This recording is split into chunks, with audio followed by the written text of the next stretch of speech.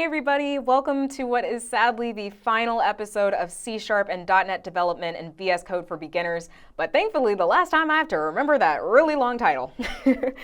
We have talked about a lot in regards to VS Code and the C# Dev Kit extension and how both of them enable you to be the most productive that you can be, whether you're writing C# applications, debugging them, testing them, managing the related projects associated with the application, the works.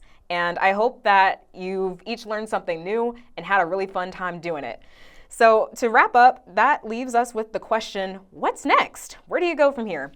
So first up, let's talk about where you can go to learn more. There have been plenty of links in the show notes that link you to all aspects of pretty much everything that I've been talking about for the past 6 episodes. So you can definitely check those out. But as I mentioned earlier, Visual Studio Code documentation is your first great hub for learning up on all things VS Code and all things C# language related in the context of VS Code. Of course, there's other languages that you can get started with learning, but for C# specifically, there are some aspects that I didn't even cover in the past videos, such as refactoring. I mentioned there are a ton of them, not just the ones I was demoing. Look at this list, it's huge. And then you've also got access to package management if you want to learn more there, as well as build tools and so much more. So definitely take a look there. If you want to start contributing more features to it, like let's say you feel like you're missing a refactoring, or you feel like something could be improved in Visual Studio Code all up that you feel like you have the power to contribute, then you can get involved by going to the VS Code repository and learn about how you can contribute there. Pretty nice resource. It is a really nice, supportive community, and a lot of things that exist in VS Code today are the result of user input, so definitely share your thoughts there. And VS Code is open source, so really, you've got free reign. You can also get involved with the C# community, specifically as it relates to VS Code. While the C# Dev Kit is not open source, the base C# extension, aka the thing that we highlighted, especially in the productivity episode, is open source. So if you'd like to get involved with expanding that feature set out and making it a better experience for everybody, then definitely make sure to check out the VS Code-C# repository and get involved.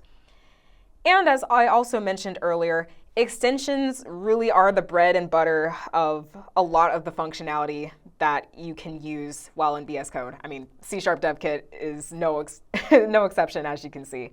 So if you'd like to get started writing your own extensions, maybe you've got a cool new idea that doesn't exist yet that you'd like to share out, then there is plenty of documentation on how to write your first extension.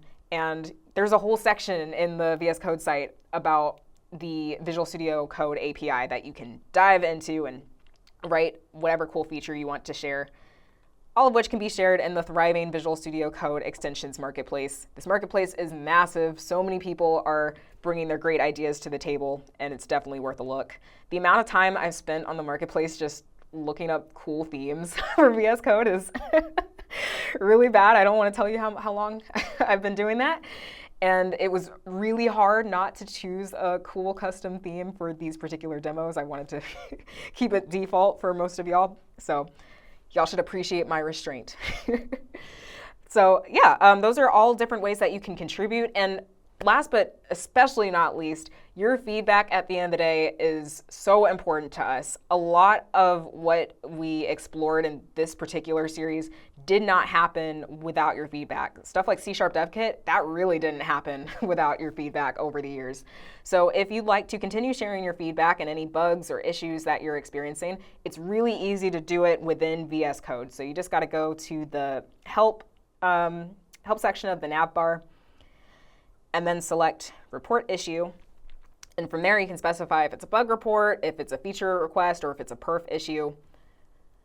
And then select whether that issue is stemming from Visual Studio Code or if you think it's stemming from an extension.